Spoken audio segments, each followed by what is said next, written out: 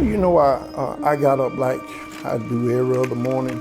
My mom, she said, well, you got time to go out and cut that grass. It was perhaps one of the hottest days that I can recall. I just happened to look up. There stood two white gentlemen I'd never seen before. I cut the lawnmower off, and one of the detectives said, we're looking for Anthony Ray Hinton. I said, that would be me, how can I help you? And he said, we are a detective from the Birmingham Police Department. We have a warrant for your arrest. And my whole world just shook. He said, let me tell you something right now. I truly believe you didn't commit the crime, but since y'all is always helping one another, since y'all is always taking up for one another, why don't you take this rap for one of your homeboys who truly committed the crime? And with tears coming down my cheeks, I said, Detective, there's not a homeboy in this world that I would take a rap for like this. I was trying to convince this detective that I wasn't brought up to kill anyone. I wasn't brought up to be violent. And as I was trying to convince this detective, you got the wrong person, he put his hand up as to say, be quiet. I went to trial, got convicted, and spent 30 years of my life behind bars for a crime that I didn't commit.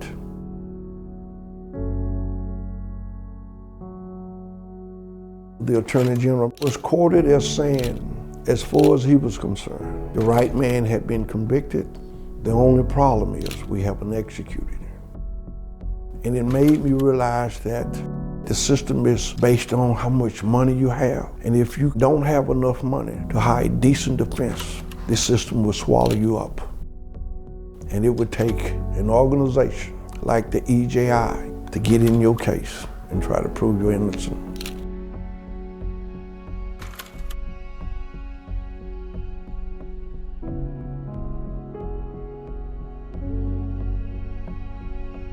One day I get a letter from Mr. Stevenson saying he was coming to see me.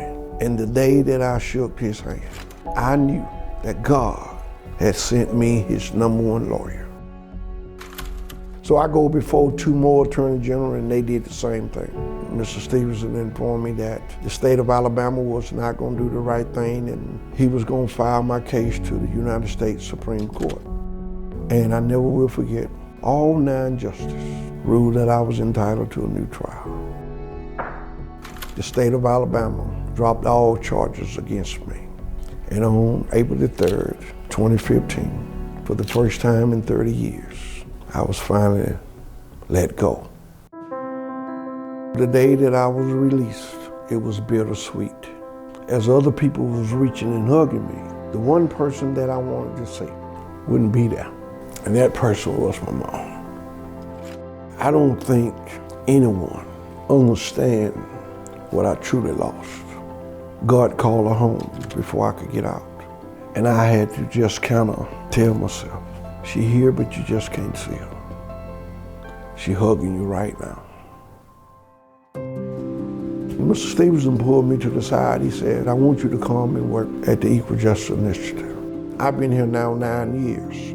My job is community educator. I go around various colleges, schools, corporate America, whoever, when I go out and talk about my case and try my best to educate people that the justice system is not what you think it is. Don't let Matlock and Perry Mason fool you. Innocent people do go to prison every day in this country. We have a system that treats you better if you're rich and guilty, opposed to if you're poor and innocent. Race plays, in my honest opinion, the biggest factor in who go to prison and who don't go to prison.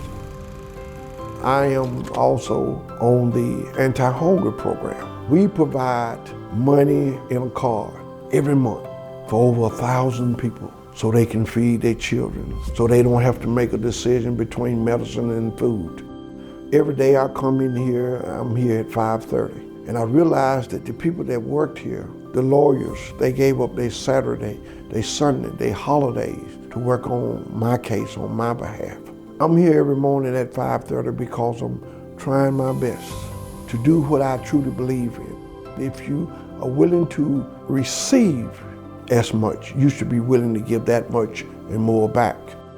I don't know nothing else I would rather be doing.